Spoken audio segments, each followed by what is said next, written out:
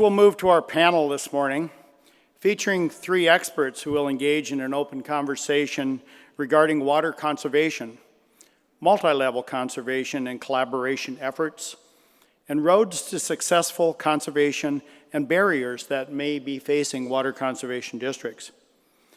Our moderator is Spencer Chase, National Association of Farm Broadcasters President and AgriPulse Communications Managing Director. Spencer has been with AgriPulse, the nation's leading farm policy publication, since 2014. In his role, he covers farm policy issues on Capitol Hill and across the country while coordinating coverage with the AgriPulse team. He currently serves as the president of the National Association of Farm Broadcasters and has won awards in recognition of his work with the association, including the 2017 Horizon Award for Emerging Talent and the 2020 Doan Award for his work on the Deep Dive on Dairy podcast. Please join me in welcoming Spencer and this morning's panelists.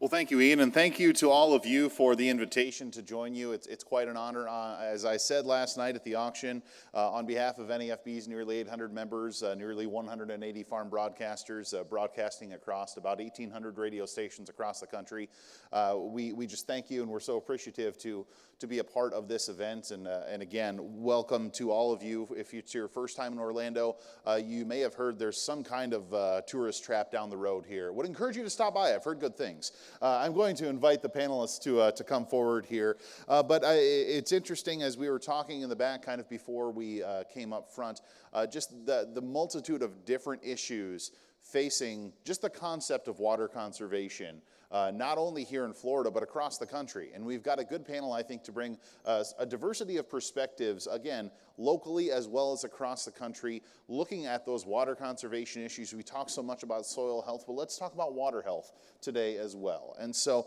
I'm going to start here from my right, your left, Christopher Pettit with the Florida Department of Agriculture and Consumer Services. In the middle, Adam Herges with Mosaic. And on my far left, your far right, Deirdre Irwin with the St. Johns River Water Management District. And Christopher, if I could just start with you, offer us kind of a bit of an introduction of you and the department and the work that you all are doing in the field of water conservation. Sure. Good morning, everybody. My name is Chris Pettit. I'm the Director of the Office of Agriculture Water Policy for the Florida Department of Agriculture and Consumer Services here in Florida. We're a little bit different here in Florida than other states as it relates to the relationship between the conservation districts and the state. My office is where the majority of the appropriations funding from the state comes, and then we partner with our amazing conservation district partners through the state to implement the Best Management Practices program. Here in Florida, the BMP program tends to be a bit more regulatory than other states. It is our responsibility to come up with the best management practices in a regulatory context that then have to be properly implemented, anything appropriate for the production parcel in order to do two things: get a presumption of compliance with state water quality standards, as well as alleviate the need to undertake water quality monitoring to demonstrate that there is not a causation or contribution to a violation of those standards. That's kind of the overview of where we come from. I wanted to say thank you to everybody for coming to this wonderful state, wonderful location. I was with Palm Beach County for a while, so I tried to bring a little Palm Beach down from Tallahassee. So we went a little bright today. We're in an interesting state. They say Florida's a microcosm of the nation. Well, in Florida, we have an economic foundation that is predicated on 1,000 people a day moving here, 120 million people visiting down the road and visiting our fine beaches and coming to hang out with us. We've got 22 million people, which is the third largest population in the country, stuffed inside the 27th, I believe, largest state by area, with some of the most sensitive ecological resources on the planet. So basically, we continue to grow. We continue to invite people here to enjoy our lovely climate. We continue to develop and alter the eco-hydrology of our systems. We continue to test the assimilative capacity of our water bodies. And we continue to take a look at how we ever intensify and grow additional foodstuffs and commodities on ever shrinking landscapes, despite the fact that we're altering that eco-hydrology. So sustainability is a very interesting question. It's a very daunting challenge. We are enjoying ourselves dealing with that challenge. But we love having the conversation. We're going to talk about some of the great ways that we partner, the great projects that we do, and some of the way in which we get creative with our incentive programs to accomplish our shared goals. So thank you, everybody, for coming. Good to see everybody. Adam, let's hear from Mosaic and what they bring to the water conservation conversation. Thanks, Spencer. Good morning, everyone. I guess I'm the Minnesota that they stuck between the two Floridians here, but I'm Adam Herges, yeah. And I work for the Mosaic company, so that's the reason why I was asked to come on this panel as well. So Mosaic has a fairly large presence here in the state of Florida. Our headquarters is just down the road at Tampa, and a lot of our phosphate mining is actually done between Orlando and Tampa. Roughly about 11 million metric tons of phosphate product that we manufacture and mine every year. But at Mosaic, I focus on water quality. So I'm their senior sustainability agronomist, and I lead all of our North American strategic nutrient stewardship partnerships. So we work very closely with conservation districts, with other NGOs, to really focus on ways that we can provide technical expertise to farmers, maybe some financial levers to help, put in new practices, tweak existing nutrient management. So I really focus on for our nutrient stewardship, which is utilizing the right source with the right rate at the right time and in the right place. And we know that subtle tweaks to a farmer's operation can have huge ramifications or positive impact on water quality, because if they can control what they put on and how they put it on, we can, hopefully mitigate a lot of the risks that occur with rainfall, precipitation, or any other issues that might cause nutrients to run off fields. But it's not going to sort of save everything.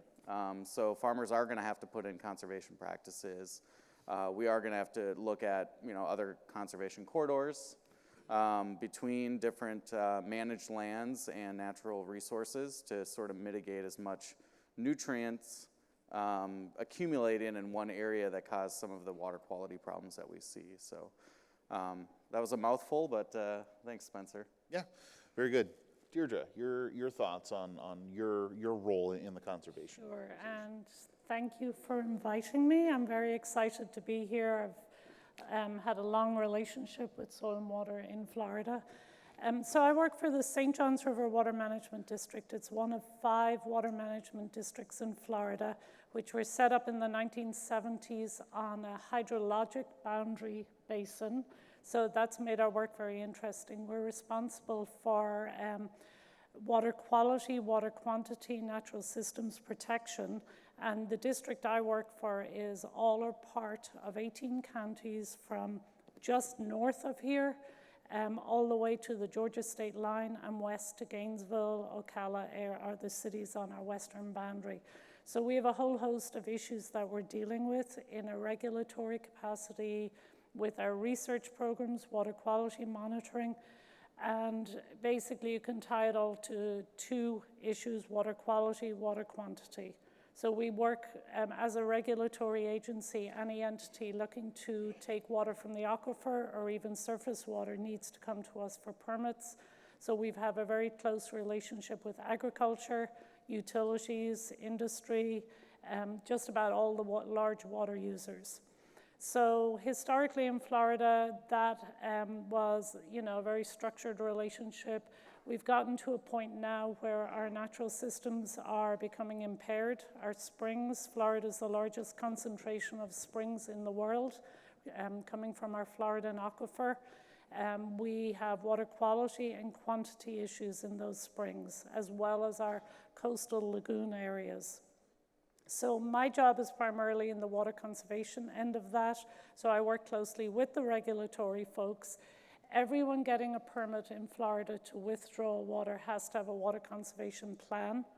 And that plan has to include a number of BMPs. So that's where we link closely with the BMP established structure in Florida. So I work with the golf course folks who, are very rigorous in their implementation of BMPs, agriculture, obviously, forestry, and then with our utilities, which is probably the most challenging area.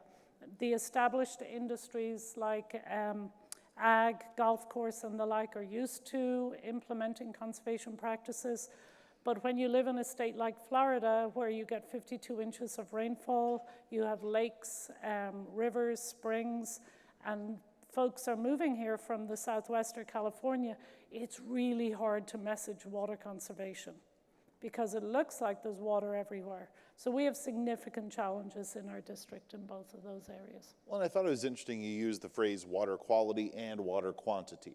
It seemed to me we so rarely think about those two in the same vein of thought. Is there any one particular, whether it be quality or quantity, is there any one that takes up more of your time on a day-to-day basis, would you say?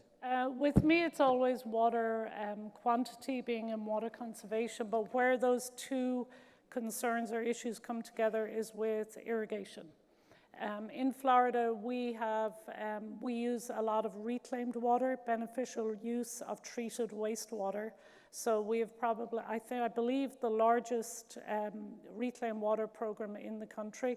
So all of our utilities here in Central Florida treat their wastewater. It goes out to residential neighborhoods. That water is higher in nutrient components than potable or water from our aquifer. So if we have poorly designed irrigation systems and have a lot of runoff, that's going to our surface water bodies and impacting water quality. So that's where I deal with the apex of both concerns. Mm-hmm. And that's a very common problem. Yeah, a very common problem. Chris, how do you see because we were talking before the panel came up here about just the difficulty, and Deirdre mentioned it, the difficulty in understanding and getting folks to understand the conservation, water conservation efforts and issues at play within the state of Florida. How does that messaging issue, how does that issue more broadly impact the day-to-day work of the department? The conservation piece, and I guess we see it from a couple of different angles in my shop, and I'm going to add my background here just for a minute, because the reclaimed is interesting. My background history is actually with a couple of the water management districts, and then my immediate past life, I was running the statewide utility council, legislative and regulatory. So the reclaimed issues are very, very interesting from a number of vantage points because of the fact that 53 inches, as Deirdre mentioned, is not all at one time. We deal with boom and bust.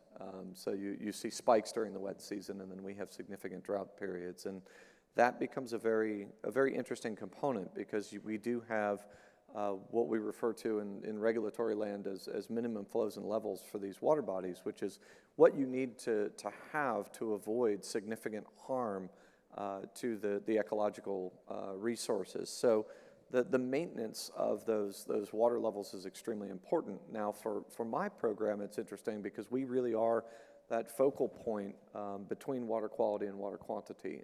We focus very much on the 18 to 24 inches of the root zone, which is significantly different when you're dealing with very sandy soils or clay soils or muck soil down in South Florida or some of the mineral soils. So how do we maintain nutrients in that 18 to 24 inches so that they can be utilized? And this is where, without getting into a debate about the broader aspects of climate change, we know, our producers see the wetter wets coming, the drier dries coming. We see over the last 20 years the changes that have taken place on the production landscape, which means that we're going to have more intensive storms more frequently, which means that we push those nutrients past the root zone where it needs to be for commodity production. So we have focused, and we've got a couple of basins where we've been very successful in looking at those precision agriculture techniques to make sure that you're putting the drops of water,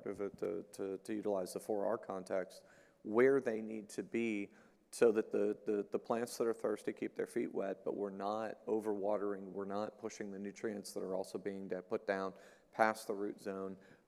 We know that some of the great things that allow us to, say, produce citrus on sandy soils on a ridge, they grow so well because of those soil and water conditions that also lead to increased liability risk of leaching. How do you manage that is really where we are trying to be as technically innovative as we can and work with folks to get to exactly where we need to be on the production landscape. Adam, we've talked a little bit with our previous two speakers here about the issues in Florida, but I know Mosaic is branching out a little bit, outside of just strictly Florida. So when you hear them talking about the water quality, the water quantity issues, what comes to mind for some of the business that Mosaic does in other parts of the country as well? Yeah, so Mosaic's footprint in North America, we do have programs here in the state of Florida, working with farmers on mostly water quality issues, right? So how do we mitigate the risk of nutrients and the use of nutrients or fertilizers? But in the Mississippi River Basin, we focus a lot with various different organizations, Ducks Unlimited, the Nature Conservancy, American Farmland Trust. And, we're just one entity, one private entity that's working. I know there's a lot of collaboration, and probably more so in the last 15, 20 years, looking at how we can improve conservation to impact water quality or have a positive impact on water quality. And what we've seen, this data is publicly available. The U.S. Geological Survey puts this out every year. They have a couple of long-term monitoring stations in the basin at the end of the Mississippi River, where the Atchafalaya River meets the Mississippi. And we've actually seen improvement. Even though we look at different states and their nutrient loss reduction strategies, that's kind of a mismatch. Iowa may have elevated nitrate levels, but have seen reduction in their phosphorus levels, or Illinois has, reduced their nitrate levels, but they've seen elevation in their phosphorus levels, right? So it's a mixed bag if you look across different states. But what we've seen in the Mississippi River Basin over the last 20 years is this trend of nitrate concentrations going down, nitrate loading going down based on normalized flow, as well as phosphorus. And, we have these goals, these lofty goals of 45% reduction by 2035 in the Mississippi River Basin, which there's some science that's saying that enrichment into the Gulf of Mexico can maybe exaggerate maybe the red tide that then floats over to the Florida coast. So it's all sort of a little bit connected there, but we've seen those percentages hit a 20% mark. So we're making improvement. The work that farmers have put down on the landscape is actually having an impact. And so this year and last year, we're making a concerted effort to really talk about that, to give kudos to all the farmers, all the partners involved that have been working over the last 2 decades to actually make improvement on water quality. But at the same time, the work's not done. We still have another 25% reduction in the Mississippi River Basin, so we got to continue to push forward. Hopefully we don't go backwards, especially in the face of climate change and these unpredictable weather events. But I think, these collaborations, these partnerships have really shown that we can actually make an impact on the ground, and impacts are occurring in the water resources. So I want to follow up on a couple of things that you mentioned there, Adam, because you mentioned the partnership scope that Mosaic has with some of these other entities, but you also talked about what is learnable in Iowa might not necessarily apply in Illinois, which might not apply in Mississippi. So how do we take the partnerships that entities like yours, government agencies, conservation districts, how do we take what we're learning from some of those projects and apply it elsewhere, given the fact that some of the ecological conditions at play are just so different? Yeah, I think one of the major learnings we found out is just that technical expertise, that technical assistance is key. We have a lot of resources from a financial standpoint of, cost share dollars that we can help support, but you really need that local expertise and that local, agronomist or technical person to really help the farmers. And so that's going to be different for each region, right? But that's key, and that's where we're seeing, you know, some limitations to really scaling some of these efforts, is that technical background. Deirdre, you know, when we talk about those partnerships, any particular examples come to mind for you and your work about a partnership between your entity and another that really led to success that might be a little bit more scalable elsewhere? Sure. Traditionally, the relationships have been with agriculture in our central and North Florida area, but it's been really interesting in the last few years. Our soil and water districts that are in the more urban areas, we're joining forces with them, and the one I can think of in particular is the county I live in, St. Johns County in Northeast Florida. Their Soil and Water Conservation District reached out to us because they wanted to pass a resolution on landscaping, on Florida, what we call Florida-friendly landscaping. It's a program that came out of UF to try and work with communities on the ground, homeowner associations and the like, to change how we landscape to make it more sustainable. So more native species, better soil preparation, more compost and the like. And the University of Florida, St. John's Water Management and St. John's County Soil and Water partnered up, worked on the wording and the messaging of that proclamation so that we just have a joint force in that county where we have massive growth of subdivisions being developed. So our next step now is to partner up with the developers and try to get to those landscapes before they're landscaped, with the soil in particular. With the sandy soil that we have, if it's not prepared correctly and residents over-irrigate, it's just a cycle of replacement of turf grass. So we have some really interesting research coming out of the University of Florida on composting in Florida, and even to the point of local ordinances requiring compost so that we have a better result. So lots of collaborations. Urban and rural partnerships, peace in our time. It can be accomplished. It can be done, absolutely. Chris, your thoughts on when we're thinking about partnerships that have been proven successful and that could be scalable for some other parts of the country? We do have a unique scenario with the water management districts, but I think that the template framework is translatable in that we have, and there's several good examples, working through the regulatory context that we've been presented by the legislature, which is putting my office through FDACs, the water management districts and DEP in our distinct kind of lanes, and then asking us to come together with our conservation district partners and stakeholder partners. It makes you look at things on really what we need to be doing, a holistic landscape where you're seeing how the urban flows into the rural flows into the urban on a watershed basis. So to take the Nile of Florida, the St. Johns River flows north.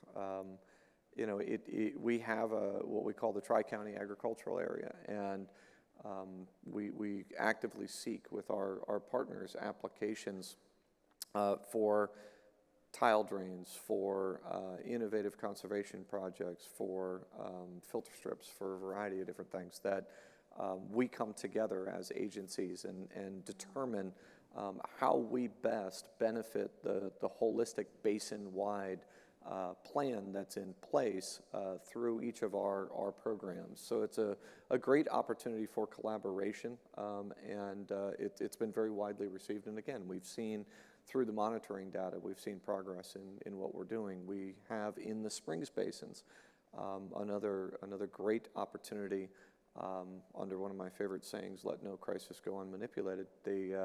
We had a storm come through, and we were working before, but the ability to partner with federal dollars and take folks who had center pivots knocked over and were really decimated, and they needed the assistance getting back on their feet.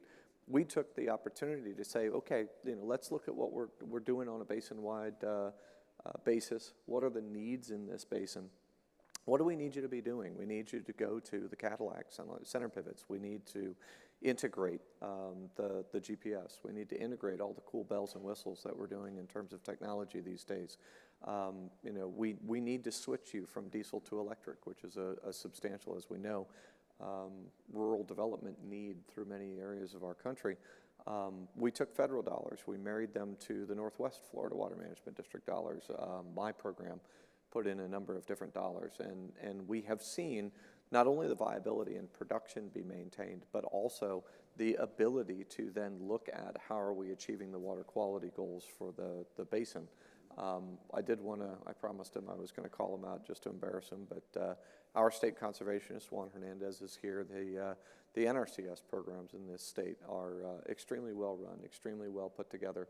Juan has an amazing staff that he utilizes, that ability to take our state agency partnerships and then go ahead and translate it to the federal level using federal dollars. And as we see what's coming down the pipe in, be it Build Back Better, be it the infrastructure bill, be it a number of creative things that are being done on the federal level, I think those opportunities are going to continue to present themselves and allow us to be creative as partners to get some really good work done with our stakeholders on the ground. Chris, you talked quite a bit there in that response about the use of federal resources and kind of bringing that money into being used at a more local level. And it seems as if any time we hear a Biden administration official, from Secretary Vilsack to the president himself, talk about agriculture, the concept of conservation and improving water quality, be it cover crops or a number of other approaches, is very quick on their tongue. So, I mean, let's just say, hypothetically, that you've got President Biden, ex-Secretary Tom Vilsack, maybe even the chief of the Natural Resources Conservation Service, hypothetically speaking, in the room right now. What do you think are the best uses, the best approaches for the federal government to take based on the impact that you can see tangibly at the local level? Morning, Chief. Hope you're doing well, sir. Saw you virtually the other day. We have a great opportunity right now, and I come educationally from a law and economics background, which basically makes me the most boring person in this room, but hey, why not? It's interesting to me because we've worked through significant market-based mechanism conversations in the state of Florida over the last 15 years that I've been here, and it's been interesting because when we talk about the conservation sphere, I had a very fascinating conversation internally to my administration where they said, well, we've got to get on this climate kind of piece and talk about climate smart ag. And I said, you mean the practices I'm already funding? And they looked at me kind of funny. And I said, well, you do understand, we fund cover crops through partnerships with NRCS and through our programs for water quality, but they're multifaceted practices. We come up with suites of projects and suites of practices that, as you implement them, there are conservation goals, there are water quality goals, there are climate resilience goals. We talk about soil health because the better organics that you have, the more you're able to retain water in the soil and nutrients in the soil.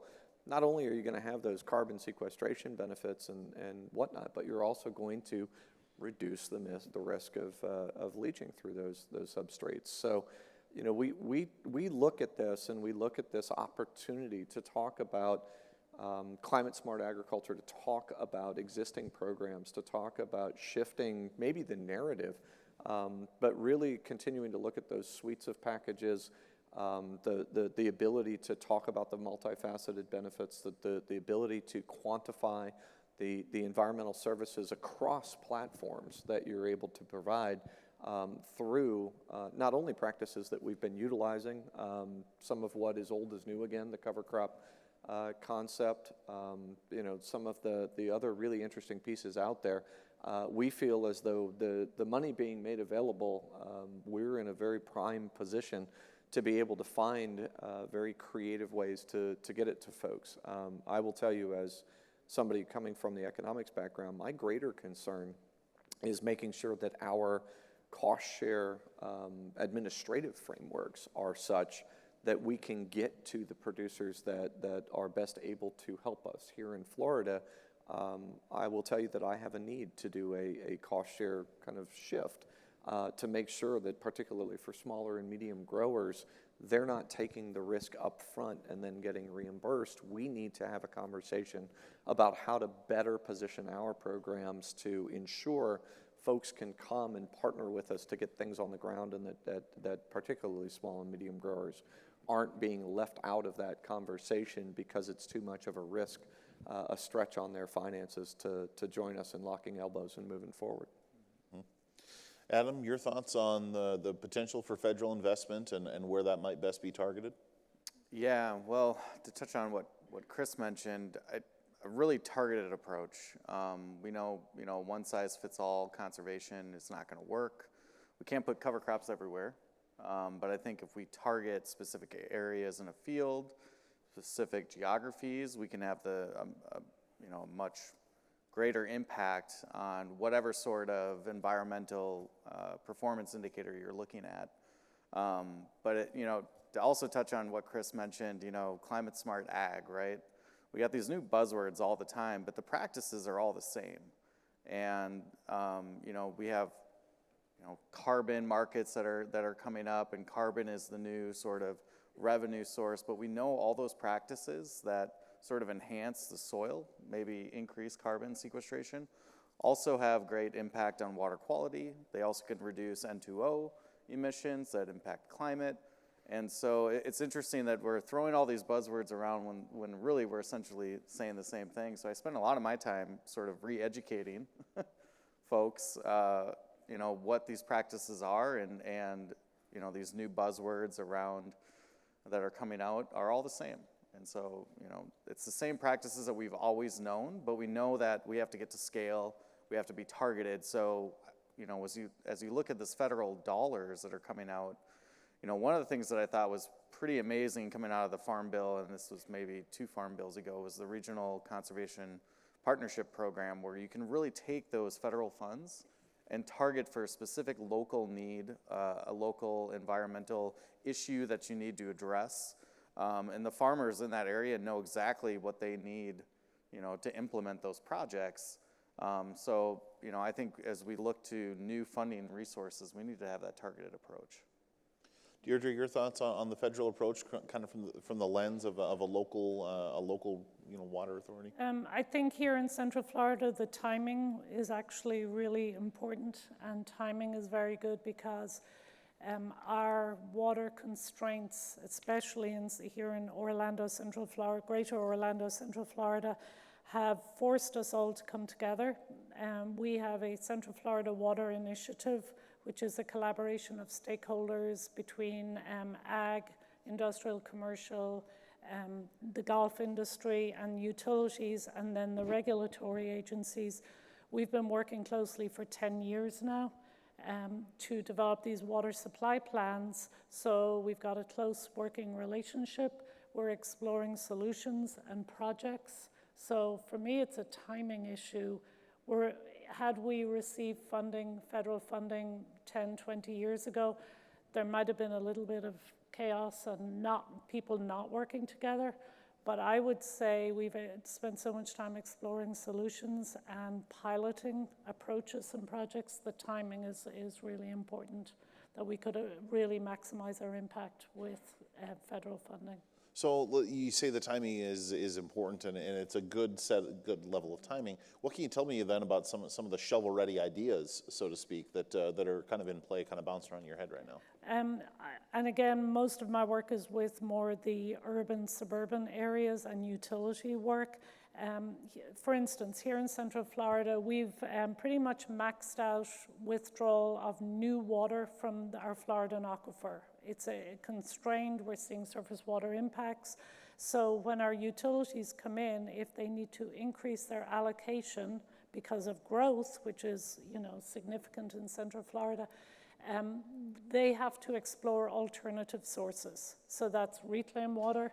The most recent player, and again, all of these have costs, is potable reclaimed, is becoming a serious player in Florida. And we have a number of pilot projects around the state for potable reclaimed, so that instead of just treating our wastewater for irrigation purposes, it will be treated, blended, maybe injected into the aquifer So there needs to be an expansion of our facilities to allow for that to happen. The distribution, the treatment, all of those components. So timing would be excellent to develop some of those approaches. Chris, I see you're looking to express a thought here. No, this is just for our conservation district partners in the room. This is a really unique case study, and be it, I think I've worn 4 different hats in Central Florida at this point, between the water management districts in my current role, but it's very, very interesting here. So Deirdre was kind. The sustainable yield of the groundwater aquifer here is somewhere in the mid 600 million numbers, so 650, 670 million gallons a day. Current permits are allocated at 1.1 billion. So it's kind to say that we're reaching sustainable yield limit. We've already pushed way past it. It's very, very interesting because we continue to develop. And when you think about it demographically, you're sitting in a big conference hotel, right? This is 5-in-1 resort heaven. I use a different word, but well, let's go with it. The outcomes here are people coming and using the towels, and conservation means something different here, and utilization of the reclaimed water for the golf courses. You then have the burgeoning expansion of the Orlando area as a tech hub and everything else, which is your traditional water use. We do have continued significant cattle, citrus production. So you have this holistic watershed. Now, from the agricultural industry standpoint, as the chlorides in the aquifer continue to go up, that trend analysis becomes very fascinating, because by the time it gets to be too late, you can't grow crops anymore. And the need to be preventative as opposed to reactive is very, very important. The role of potable reuse and water recycling as part of that boom and bust cycle becomes very, very important. So this area as a microcosm, bringing the urban, bringing the rural, bringing holistic basin management and watershed management, is a really, really interesting case study, because again, it gets back to how much pressure are you putting on ratepayers in this area, some of which are very economically challenged, and you do have affordability issues, to fund multi-billion-dollar projects that will be necessary to bring potable reuse to the area, or to go ever deeper in terms of water access and then treatment. How do you come up with land management? Where are you putting various pieces? Now, in the state of Florida, for better or for worse, we decided to do away with our state management agency a number of years ago. That has created interesting challenges, because it does put increased pressure on the local and regional governments to kind of look at things. So this area and the challenges that we face here, I think, can be a very instructive practice. And we've had a steering committee for a while. There's a great website that we can kind of direct folks to. But the unique and innovative solutions that have come out of the stakeholder partners over the last decade, it hasn't been an easy process. But in terms of governance, we've at least got ourselves in a situation that we can make some progress and hopefully hold off on suing each other for another decade. So. Well, and Chris, I thought it was interesting you used the phrase interesting case study. What's going on with the aquifer here in Florida? I guess my follow-up would be, is it an interesting case study or a terrifying case study? Well, somebody once told me when I was in law school that interesting is a great word because it can mean just about anything you want it to mean. Interesting could be good, bad, indifferent. I think it's challenging, and when I came back from my graduate work overseas, I asked, where is the most challenging, where's the most interesting places to go and work on water, and I was told Florida or California, which are flip sides of the same coin in a lot of ways, because in Florida, you've got millions of people living, loving, working, enjoying life, particularly south of Orlando here into the Everglades area, in areas where they couldn't be, but for the, some would say obliteration, the alteration of the ecohydrology of the landscape. We've taken 4 million acres of swamp, turned it into 2 million acres, and dammed it and ditched it and diked it and whatnot, so that people can can survive. That is the history of anthropogenic impacts on a landscape. California, is kind of the exact opposite, but with the same challenges. I mean, you've got millions of people, large-scale agribusiness doing the same thing, living, loving, enjoying life, working, where they couldn't be, but for significant manipulation of the landscape over the years. And because of that, we have to pay what I like to call the sins of our fathers tax. We made decisions so that we can survive and thrive, and now we are trying to, based on those decisions, protect folks that we can and maintain that viability while recognizing the significant ecological and environmental challenges that we have. So when I use interesting, I mean incredibly complex. I'm a great fan of the kind of the human species as a unique case study. How can we come together in collaboration with partnerships to make those decisions? We can identify the common goods. We know what they are. We can't survive without them. So how do we accept personal responsibility in our own lives, and then how do we kind of take that and expand outward to address some of these challenges using the best, the brightest, the technologically astute, as well as those historical bastions of knowledge that we know exist in our producers and stakeholder partners. Adam, I want to bring you into the conversation here because I hear all of this and I think, okay, this is the framework, this is the situation that we find ourselves in right now. What do we do next? We can't undo some of the things that have been done in the past, but there are steps to be taken to improve, our current standing. What do you see as some of the approaches that need to be considered to kind of coexist between the need for improved water quality, improved agricultural production, improved capacity to feed a growing population? Yeah, well, I think about some of the work we're doing in Florida here, right, with all of the major issues and complexities. Some ways in order to move forward, we have to go backwards. So we know there's a lot of projects going on in the state of Florida. Mosaic is a part of some of them, where we're taking rivers that were once straightened or dammed or diked, and now we're, putting it back to its meandering ways, where we know that there's huge benefits. It might take up more land resources, but there's huge benefits to flood control, to reducing nutrients in the water before it enters into a major estuary like the Tampa Bay. So some of the things that we have to do, we have to definitely look back at historical reasons of why we did things the way we did. We may have to reverse some of those decisions that were put in place 30 years ago.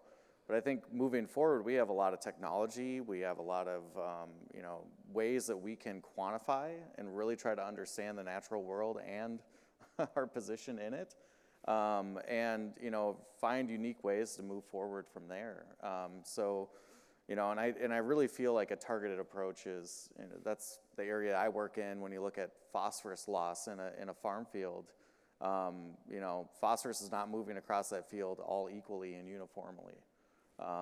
It actually might be only coming from a section of an acre of farmland, and that sort of maybe 100 feet by 200 feet area is causing 80% of the phosphorus loss. So for a farmer, instead of putting cover crops across their whole field, maybe they should just focus on that one section of that field that's having the most problematic for that grower and its impact on the environment. And so, we've got to look back, maybe reverse some of the things we've done and move forward, utilize technology in a targeted approach. Do you and does Mosaic see any gaps, or maybe a better term would be potential for improvement in things like testing, data analytics, better understanding? Because that targeted approach that you mentioned, the farmer is going to need to pull some soil sampling from different parts of the field to understand where the cover crop should be grown and where it isn't. What steps, what improvements are necessary to improve the understanding to pursue that targeted approach that you mentioned? Well, more data is always better, as long as you analyze that data, right, and utilize it for your decision making. But yeah, when you look at a typical farm field, we really want to make sure that we're soil sampling and that we understand what's in the soil, so that we're not over applying or over fertilizing, and also try to drive that efficiency. for those crops. Now, soil sampling or down to a grid sampling may not work everywhere in the United States. We hear from a lot of farmers in the South, they don't have a lot of variation in their soils that other folks do in the Midwest. And so, but you need to build that database over time to really understand how to utilize the resources that you have to maximize the output, but also minimize the losses that you might occur in a field. And so I think precision is key, but at some point, you build up that amount of wealth of data for a particular field, you may not need to do that every year. So you may not need a soil sample every other year or every 4 years because you've already built up that database and you really understand your land and how to manage it. But there's always subtle tweaks that we can do. There's technology that's coming out. There's existing technology with fertilizers. You got inhibitors that can have huge benefits for not only climate, reducing N2O, but also water quality. And I think we're going to see some more innovation coming out. We have biologicals, right? There's companies that are creating technology where you might not have to apply 40 pounds of nitrogen per acre because they're utilizing a biological to pull out that nitrogen from the air and put it into a specific way for the plant to uptake it. And we got biostimulant technology that's coming out as well. I've been reading a lot about nanotechnology in fertilizers, which is kind of just mind-blowing.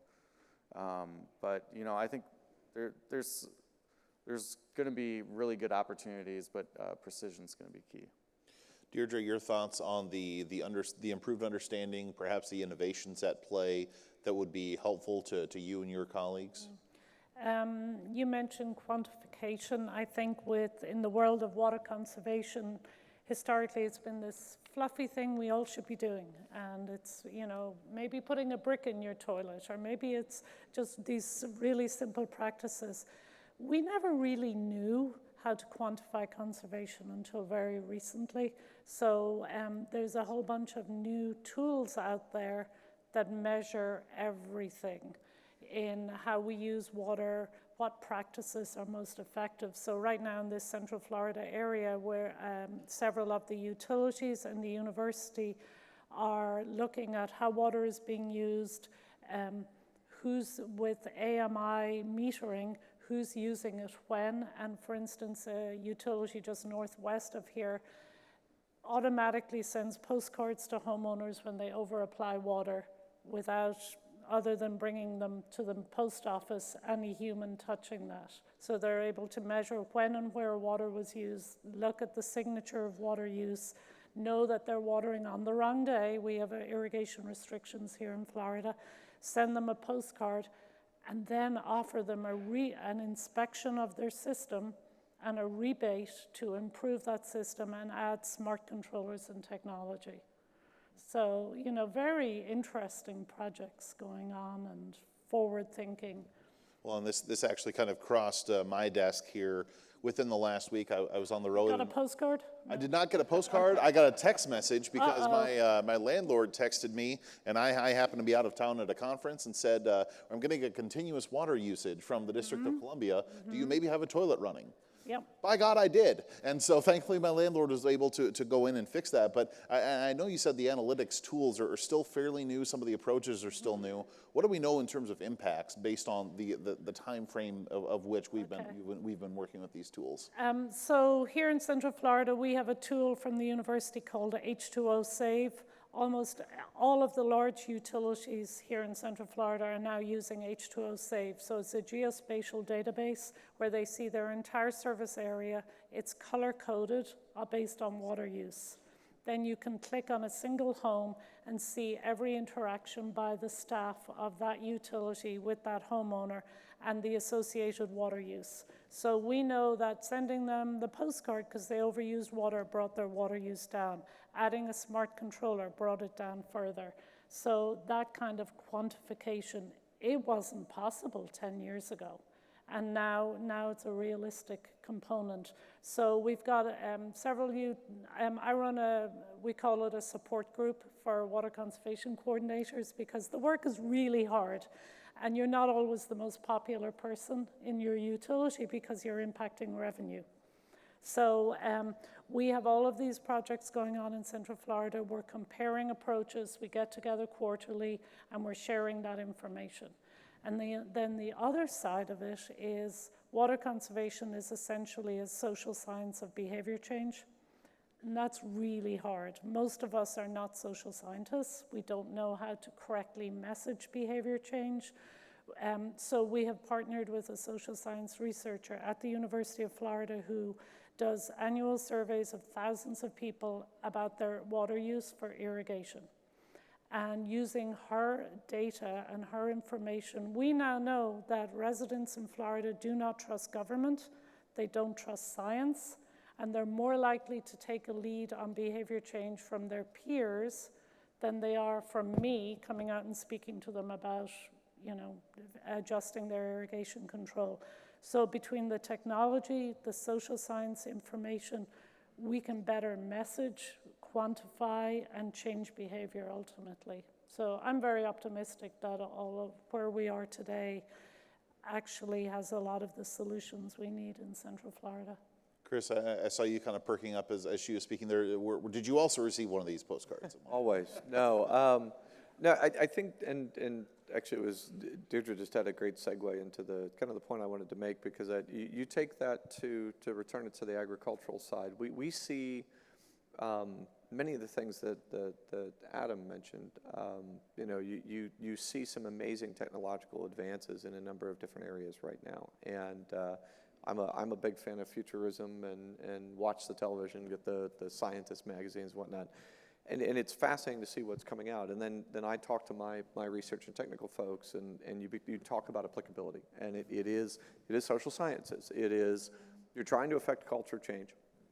You're trying to do this within an economics framework where I know various people have various opinions on it, but the macroeconomic structure of agricultural production in this country is interesting, to say the least. So when I'm looking at my programs, and to go back to the let go, no crisis, go unmanipulated, we have discovered in this basin, in this sensitive springs basin, that in order to allow production to continue to occur at the level that it needs to occur, or that the market needs it to occur at, and to protect the basin and achieve the restoration goals, Cadillac pivots, Veris mapping, the top of the line advanced technological BMPs are where we have to be.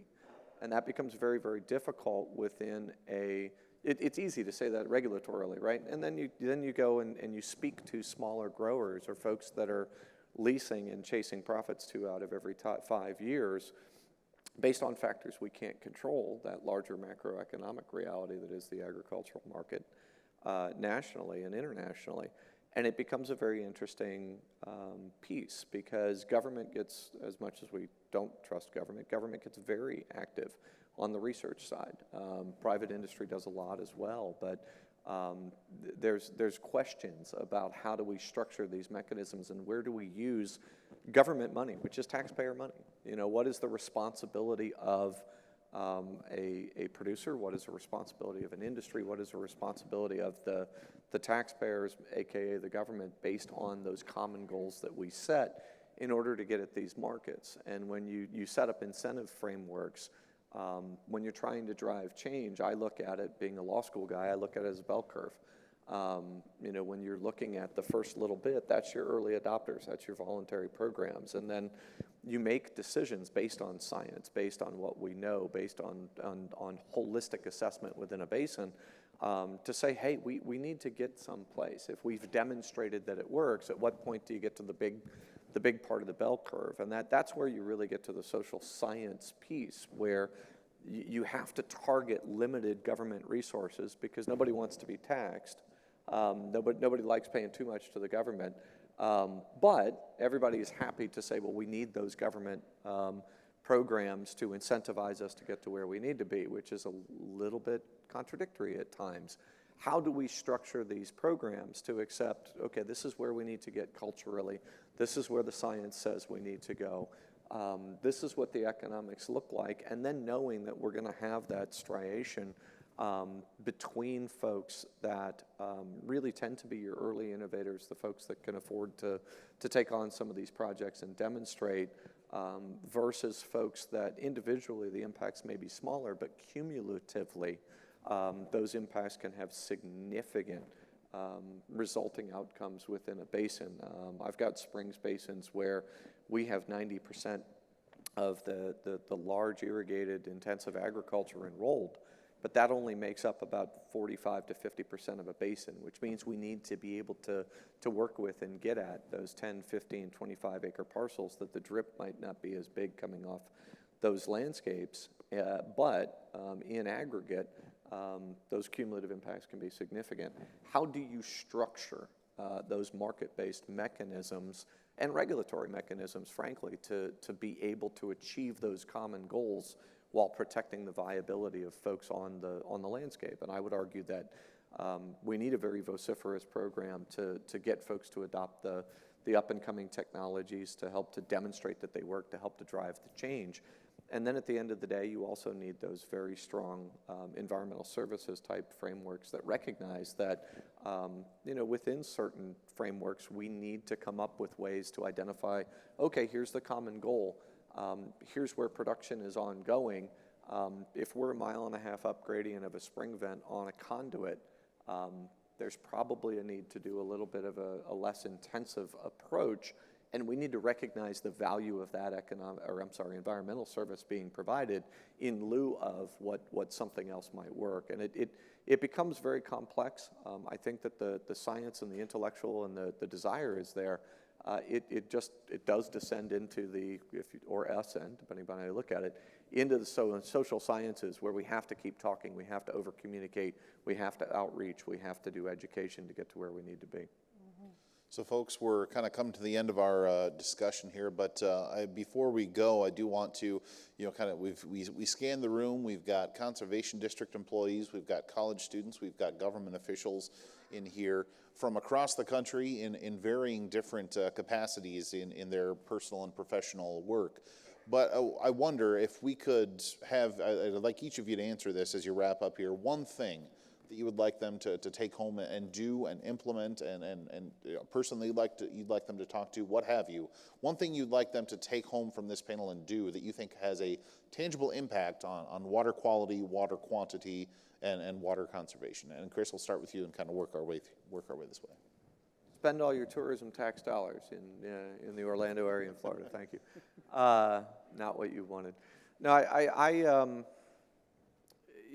think that we have to be realistic about the challenges that we face. I think we have to be realistic about where we are. I think that conversation, without getting into a silo, without being blinkered, we exist in a society that, for better or for worse, we seem to be very siloed right now, and we seem to be very self-oriented. And my training and my experience coming up is that we only exist because of the relationships that we have. You're in a vacuum, you're not doing a whole lot or talking to a whole lot of people. So you need to understand, the role of everybody as part of a society, to quote the Joker in Batman. So, that means that we have to understand each other's lenses. We have to understand, where the tribes are coming from. We have to understand where environmental groups are coming from. To use a really silly reference, in Men in Black, there's this locker, and the universe in the locker, not understanding you're in a bus depot, in a city, in a county. Don't get in your locker. Understand everybody has their locker, everybody has their paradise, but we all exist holistically. That means that we've got to come up with those cooperative frameworks and programs in which we can give and take and find ways to keep everybody viable and move forward. We can get there. We've got success stories. It's just continuing to be optimistic and positive and move forward. Very good. Adam, your thoughts? Yeah, Chris, it's interesting you talk about silos. I mean, my closing remarks was really going to be about, keeping an open mind, reaching across the aisle, right? Working with people of diverse backgrounds, diverse ways of thinking, because I think if we continue to do what we do in these silos, we're never going to reach sort of the lofty goals that we've set, or sustainability, right? And however way you want to measure that, to reach those obtainable goals. And so, ag has to work with urban, right? We're going to have to find a way to partner, and I think there's a lot of good partnerships that are already occurring. Ag is going to have to work with environmental groups, right? Things that they hold near and dear to their hearts and what they think is the real issue. Educate them, right? Partner with them, work with them, because I think there's ways that we can all make improvements in our daily lives and whatever efforts and projects that we're working on. But I think as the United States has probably gotten more divided, we need to figure out a way to be more collaborative and work together. So keep an open mind and try to reach out. And before we go to Deirdre, just real quickly, 15 seconds, tell me about the socks, Adam. Oh, the socks? Well, I was trying to look for my Florida socks, but these Okay. are Hawaii, so, Hawaii, tropical. okay. But I see, Chris and I got the sock game going on here. Yeah, and I'm. It's a bit boring, Yeah, you got some actually. stripes. I got an American flag going over here. I thought it was something wetlands related. I was going to give you perhaps some undue credit for the subject matter of the Oh, panel. you were going with "Where's Waldo?" Over there. Yeah, it all works out. Yep. Apologies for the brief conversational disruption there, but Deirdre, You were distracted looking at our socks. I was, yes. I don't think he was listening. And he was on point. He was on point with the questions. Okay, I see 28 seconds. I can Yes. talk fast. I think siloing, meaningful collaboration, all of us being prepared to get out of our comfort zones and look at things from other people's perspective, which is, I think the country needs that more than ever. But right now with our water resource issues in Florida, and the one that comes to mind is last Friday, I met with 26 utility staffers on a citrus and tree farm area northwest of here, Cherry Lake Tree Farm, where they see what's coming with our water. They know we can no longer irrigate turf grass for every home in Florida. So they're developing a native mixed ground cover trial on how to grow and produce native Florida ground cover to replace turf grass where we have no irrigation, backyards essentially. And it was just getting people out of Zoom, out of Teams, away from their offices, on a tree farm on a beautiful day. We sat and collaborated and came up with ideas.